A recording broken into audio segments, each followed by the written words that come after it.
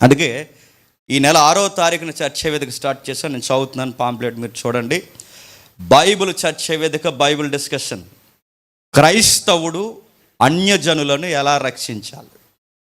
వారి విశ్వాసాలకి జై కొట్టి రక్షించాలా? వారి విశ్వాసపు ప్రసాదాలు తిని రక్షించాలా? వారి విశ్వాసపు సాంప్రదాయ కార్యక్రమాలకి శుభాలు చెప్పి రక్షించాలా? నెక్స్ట్, మానవతావాదమే బైబిల్ నినాదమని నాస్తిక భావజాలను పుట్టించడమే సత్యవాక్యమా?